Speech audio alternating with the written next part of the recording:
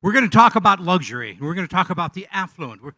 Name of the title of the speech is How to Leverage Luxury to Create a Sustainable Future. The affluent aren't all the same. And too often we think they are as if it's a monolith, but it's not. I'll give you a good example of that. If my clicker works. Microphone.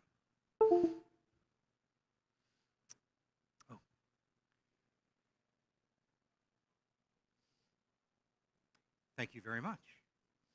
So you can never assume the rich are alike. For example, British gentleman born in 1948, married with children. Who is that? Prince Charles. But he's nothing like, who's that? You know him. He's a famous singer from the 70s. Cat Stevens. And he's nothing like Ozzy Osbourne. So as we think in terms of marketing to the affluent, we want to be really sensitive that they're all very, very different. And as marketers, in a category that's really about desire instead of need, it's important that we follow the laws of luxury, which will help us build that business. Luxury is a marketing-first category. Without marketing, you can't create desire. Versace, Gucci, Rolex, Hermes, Vuitton are all who they are because they are marketers first. And too often we think they just got there.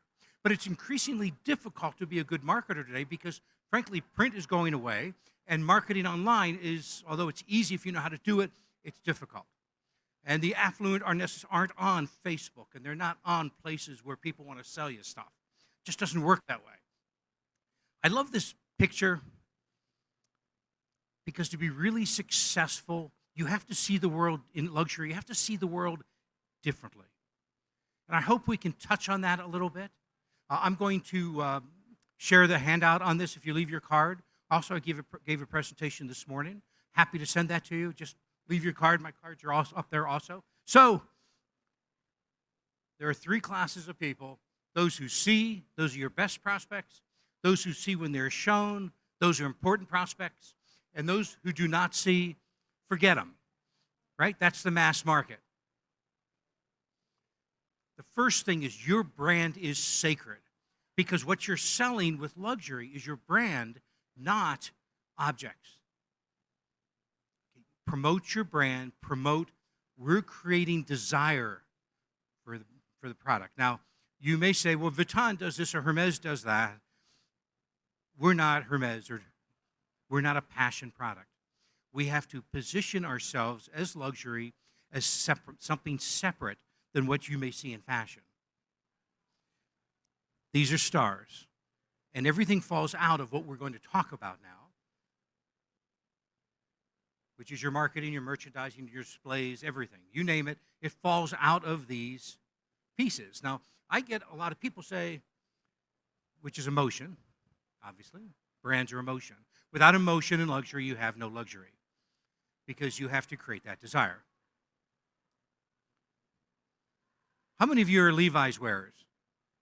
Anybody? Nobody wears Levi's here? Thank you. One. How about Wrangler? Are you a Wrangler? Who are Wranglers? If you wear Wrangler, how often do you wear Levi's? Never. Do Levi's wearers wear Wrangler? I don't think so. So what is it that has created these brands that you don't mix up the two? The answer is pretty simple. They have built something deeper in the brand that keeps you loyal. Now, here's another one. This is 7 for All Mankind. Any 7 for All Mankind wearers here? You are. Expensive. Good. Anybody else? 7 for Man. How much is a pair of 7 for Mankind? 150. Okay. Now, maybe a lot of you don't wear jeans, right? Or you won't admit to it. Or maybe you wear Do you recognize this brand? So we got, I don't know how much those are, but hundred some dollars. And this is Rivet from Dollar Store. How many of you wear Rivet from Dollar Store? None of you are going to raise your hands because you wouldn't admit to it. So the brands we have, whether it's mass or luxury, really do signify who we are. People like to say, I'm not affected by brands, but we are. Now, most of us in this, this is very odd because that doesn't match that. Whoops. So most of you in the tile business, well, how many of you consider yourself in the luxury space now? A lot of you do. Okay, good, good. Most stores, showrooms, in the stone and tile business are what we call premium. And with premium, we would say you compete, this is just as good as, but better, because you're hitting price. Luxury is, mine is from X country because you're using Italy as an example for why it's superior. Or mine is handmade. You heard Susan Brunstrom earlier, or Michelle, say, what is luxury? It's handmade, and it's correct because it brings value to it. Or mine is X brand. X brand could be, you name it. I'm not going to say because then I get in trouble. But the premium business is comparative because you're constantly comparing products. It promotes parity. Luxury is superlative. Luxury is prestige. Premium is parity. Luxury sells services in tile and stone. Luxury marketing drives brand desire. You spend all your time doing that because if they buy your brand, it doesn't matter what you sell them. Premium marketing is inbound, social media. How many of you are big with social media? You know, stop. It doesn't do anything. I mean, it helps. It's like vanity. Luxury marketing is outbound. You nail your best prospects. There are ways today. How many of you are using satellite technology? You can literally target any home. And let's say you want to target homes listed for sale. You look online, you know it needs renovated. You just send beams down to any person who walks in that house, and you'll hit the majority of them, and they'll become familiar with your brand. Because your biggest problem, whether we want to admit this or not, is brand awareness. People don't know you. It's just, we're not something. I don't know what I had breakfast yesterday. How am I going to know what I bought 10 years ago? We'll get into cognitive bias in a little bit. So premium is value engineered, trying to help customers save money. Luxury is always best product. Premium is fleeting and in style and perishable. Luxury is classic. Somebody wants something that might be out of style in 6 months, you can sell it, but it's not luxury. Premium is led by what client has, but luxury enchants. It enchants. So somebody comes in and says, I haven't seen this anywhere else. And that's very powerful because when they go home, what do they remember? What's special, what's different about your showroom than anybody else's. Because if you have the same stuff, if you have the same displays, if you look like a local yokel, you're just one of several. I implore you to think about how you can make your brand and how you edit your merchandising special. Premium, of course, is lower margin. Luxury is higher margin. Cost trumps design. This is really important. Luxury brands validate the cost. I learned earlier today that Hermes, 50% of their business comes from the Birkin bag. Now, think about that. They don't even show it in their store, but it's half their business. How can you create a iconic whatever that's so powerful that people don't need to see it, they just know of it? And that's marketing. And you can do the same thing so that when people want stone or tile or whatever you sell, there's just nobody else. You are of their ilk. And that's one of the keys. Next is, well, this is it.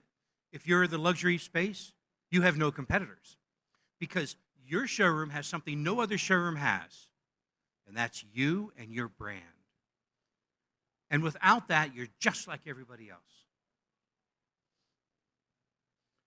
You know, there's a sales to marketing continuum. And in the old days, when I first got into business, everything was about sales. I'm going to sell this, I'm going to sell that. But the truth is, the more sales driven you are, the lower margins you have because it's about sales. Marketing means higher margins, means more profit. Product focus is sales because how many of you have reps that walk into your store imploring your salespeople or manipulating, maybe another term, to sell something or another, right?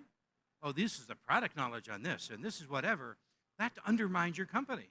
There's only one thing for them to sell. That's your brand. Because if they buy your brand, then you have them as a customer. Nothing else matters. And lastly, when it comes to marketing, if you remember nothing else, anonymity is bad strategy. And when you don't market, that's what you're giving people, anonymity. And that doesn't help you. I have no idea what the Kardashians do, but I see them so often, they must be good at it. And by the way, I looked into it. Who are these women? And I thought, you know, they're just brilliant marketers. And then I saw one of them on David Letterman's show and learned one was a lawyer. I mean, at least this one, pretty smart cookie. But the most successful people always are. And those who are in luxury are the most successful. By the way, to that point, we have 3 firms that are luminaries in the business in the back. Perhaps take a moment if you want to chat with them. It is Studio Brunstrom. Susan, would you raise your hand? Susan is a luxury designer. All of them, by the way, luxury designers, celebrity designers, big names, and they do it effortlessly. Then we have Room Resolutions next to Susan from Las Vegas. And then next to them, next to Jane, we have Michelle Workman, who's in Chattanooga. Michelle Workman Home, Michelle Workman Interiors. This is as good as it gets. But they all follow a luxury business model instead of a design business model. And it's separated them and elevated them above all of their competition. And you can do the exact same thing. Because in the competitive market, the best marketer always wins. And this just happens over and over and over, and yet people are afraid to do it. You have to become a marketer. With luxury, you're not pushing products. You're pushing your brand. You're positioning it as the brand, and you do that in a myriad of ways, including, of course, graphics, everything else. I implore you to create a brand DNA that defines who you are. I worked with a company last year in Melbourne, Florida. They're spending all this time helping children that have been arrested and keeping them out of jail. Recidivism, I think, is the term. And they're really into it. They're helping children throughout their community. So do you tell people? No. What do you mean you don't tell people? See, you don't sell to the affluent. You fascinate them and you match values. And that's really important because people want to buy from people they like. It's a great opportunity. Find out what's really important to you and your reason to exist. And that's a hell of a lot more saleable than tile or stone. Understanding the affluent is not easy because what matters to you and me doesn't necessarily matter to a high net worth individual. Community always matters. Being in a family, being into your family is really important. There's a thing called, in fact, 3 of the 4 back there, what's known as leaders in luxury and design. It's not about selling what you sell. It's about demonstrating you're a real down-to-earth person and what you do matches what matters to them. And that's what I want you to sell. It may be different from how you see people sell, but don't miss the opportunity to match values or at least be different in the market.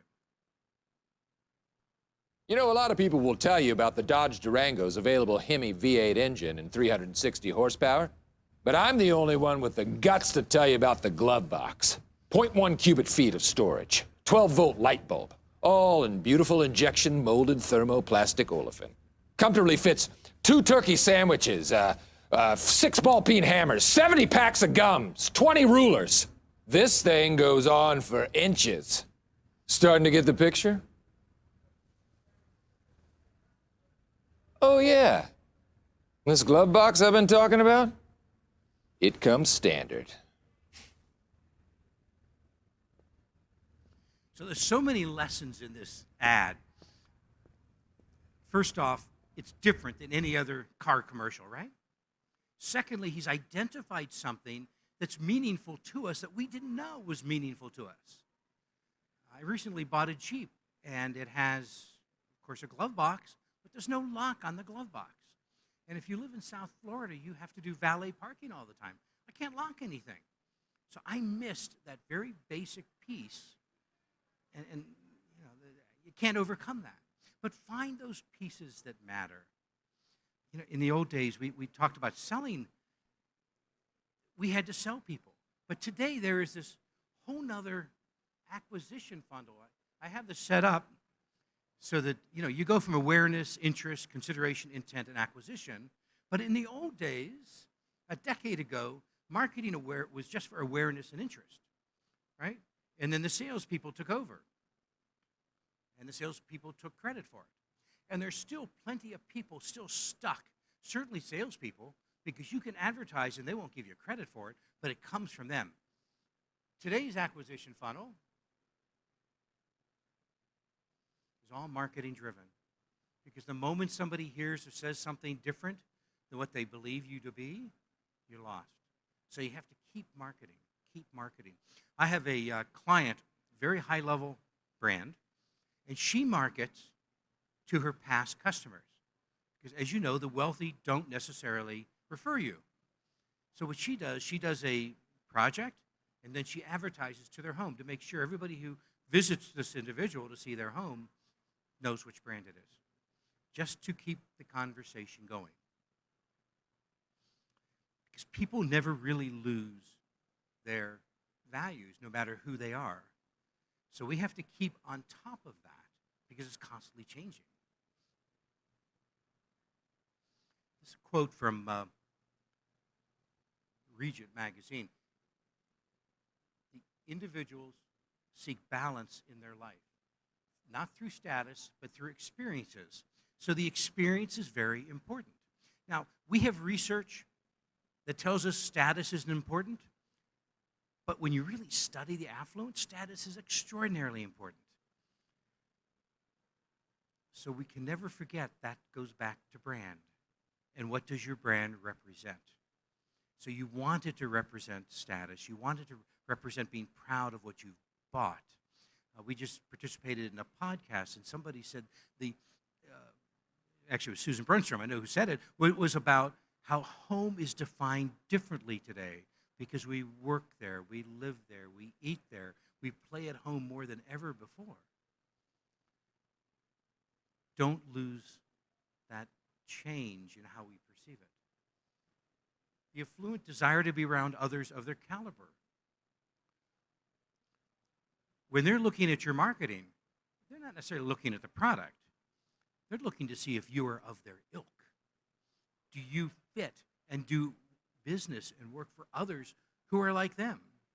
So it's not the specific product, it's the home. It's the magnificence of the home and the architecture, which is more attractive. By the way, it's easier to notice, too. They are focused on future impact and luxury and legacy. So when somebody visits their home and they see the tile, people remember. I still remember the floor covering in the house I was raised in. And it was a beautiful 4-meter wide woven carpet. Still impacts me today. And they're also mature enough to recognize balance is key and everyone's full of crap. So that's why you have frequency and staying in front of people, because without that, it's very easy to lose them. Sell the pillars of luxury when you're selling to high net worth individuals. And this is connoisseurship, being discreet in private. How many of you have a non disclosure when you have a new client?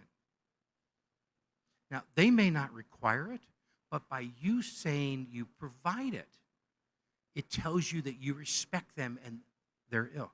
Because we all have non disclosures we sign. This is how you elevate yourself above your competition. Sophistication and grace. Live your life with sophistication and grace. Everyone respects those who are respectful and graceful. Next, you are a technology brand. Now, when I say that, you may not transact online, and I realize not many people do, but you compete online. And you have to do whatever it takes to compete effectively, which means using advanced technology to get people to your website. Very few customers don't visit your website. Got to get them there. Plus, it's measurable. Traditional selling and marketing are no longer effective. I think we know that, right? Part of Luxury Daily's research every year, which we co-sponsor, social media isn't working. Very few people are unhappy with it. There is one class of people who love social media. Do you know what that is? It's marketing agencies, because it's so profitable for them. They like social media, and they will sell you on it. But if you measure it, it doesn't stack up. And the research, I'm quoting the research, not my own anecdotal experience. Leverage satellite technology. Target your best prospects. I look at it as you want, maybe that's on the next slide, you want repetitive clients. You probably want interior designers, architects, property managers. You probably want those who are wrongfully shopping at your competitors' showrooms. You want to nail that. You want to target them. And you want to build a brand, what we call a brand blanket, those with capacity. So you get all three moving together, and before long, your business will be well known, and you'll get clients. And by the way, with technology, you can measure the people who walk in your own showroom. So it's not without proof that it's working. You connect emotionally. Whoops, I see a picture. You connect emotionally by matching values and fascinating them. We want them to like you. When someone walks in your showroom, your job is to make their day. Prove that you are of their ilk, and they will return.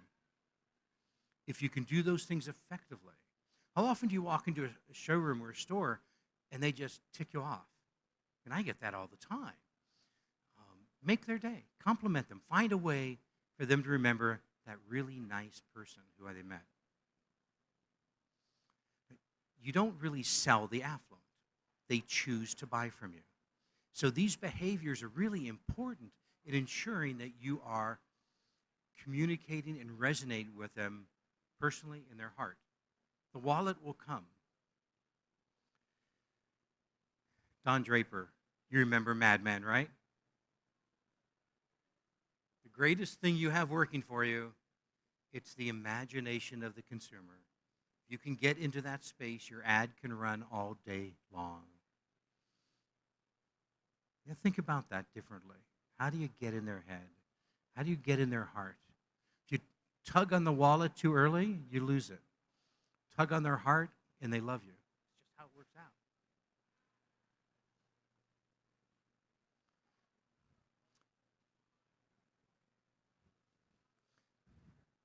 I think, so product is secondary, brand is everything. Leverage advanced technology. Are you doing that or me? Okay. Planting seeds, luxury plant seeds. Hit active shoppers in competitor store. If you're not doing this and you're a retailer, you're not really competing. I mean, they're there. They're waiting to see your ads. They're interested. Advertise to them. Replicable clients, designers, architects, anyone who sells, landscape architects, that's easy. And build brand with those with capacity so they know you when it's time. That's what planting seeds is all about. You can hit homes listed for sale. You can hit design professionals with their name or with apps. You can hit houses based on children in the house. You can hit, what the value of the home is, how much equity. There's about 500 filters you can hit people with. Are they art collectors? What are they? You can nail them. And you can hit anyone, anywhere. Product is secondary. What most matters? Brand. Your brand. I hope that all of you will go home and think about that and start promoting your brand. Which means reallocating budget. I know, ugly. But you also have to increase your margins to make up for the advertising.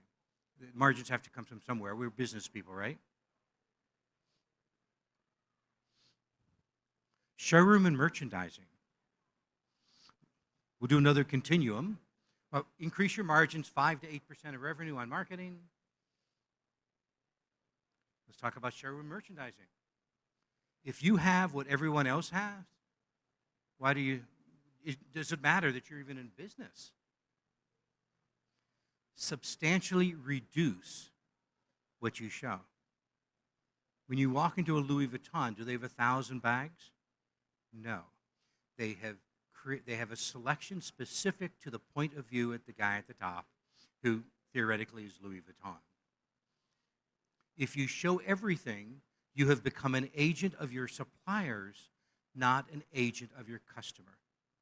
Make shopping so easy that they come in and say, boom, that's what this company stands for. It's high quality, and that's what I want. Nobody enjoys a huge selection. But even more importantly, huge selections are online. Don't compete with an online retailer. You can't, right? They have no costs, or very limited costs. Next, display larger samples. Show fewer of the products, show larger samples. It separates you from the others. In the carpet business, they have gotten down to where they show these little 3x3 samples. It's like impossible to try to sell anything. But your suppliers are all trying to cut costs for displays. Don't go that direction. It's better to have one right stone or one right tile and show it than 9 too small to do squat with. Space has to reflect the sophistication and good taste. Is your lighting right? Are your displays your own, or are you using suppliers' displays? Because if you're showing all suppliers' displays, you know what it looks. You look, one, like a local yokel, and two, there's no continuity. It's terrible. It's ugly, and you're never going to get high net worth individuals there. I'm sorry, this is not together. We'll stick with servant. We are servants, not salespeople. We serve high net worth individuals. If someone is offended by the term servant, then they should stay in the mass business. We serve them in such a way that the business is, and I forget who said it this morning, frictionless. No problems. It just happens automatically because that's what the affluent expect. The affluent compare you not against your competitors. They compare you against their last stay at the Ritz-Carlton or Four Seasons. That's the standard for service, not what your competitors do. Because most in the tile business are very weak competitors. They're just in business by the pure entrepreneurial spirit that they have to feed their children next week. So they go out and hustle and they sell, but a marketer can beat all that. And you can too. Retrain your staff to be servants. Retraining isn't easy, but there are ways you can do it that are meaningful.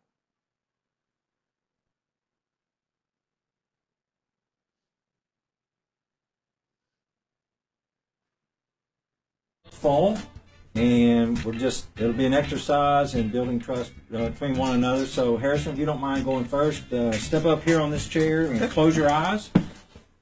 All right, and then everybody fill in, and we're going to ask you to fall, and then they will catch you. So you have to trust us. So I'm going to count to 3, just relax and fall, okay? 1, 2, 3. No, wait, no! You do have to give direction and guidance. But with all things, you have to give individuals guidance.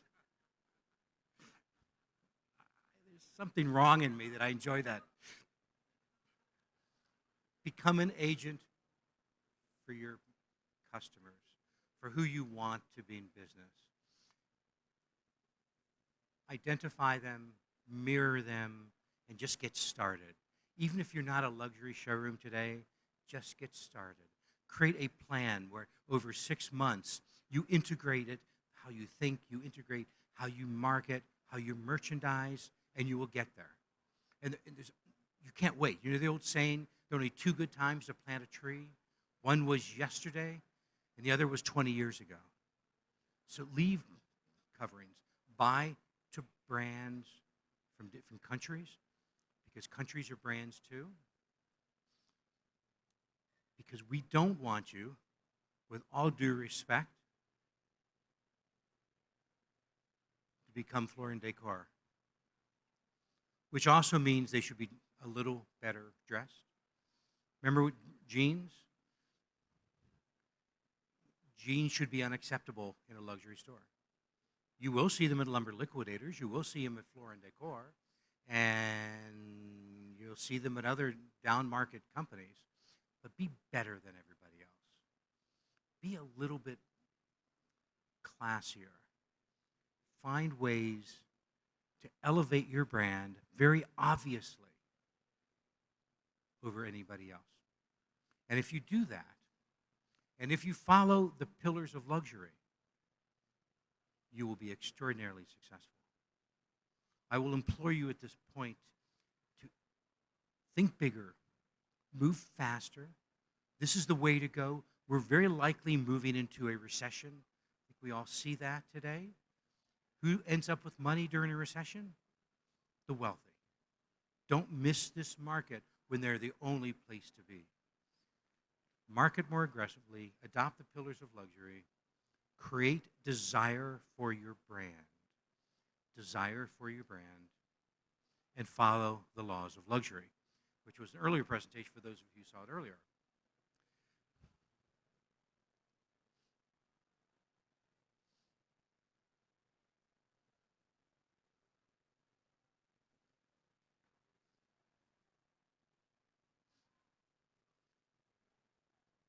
Firms that leverage the luxury. I'm sorry, there was a second piece there. If you'd hit that.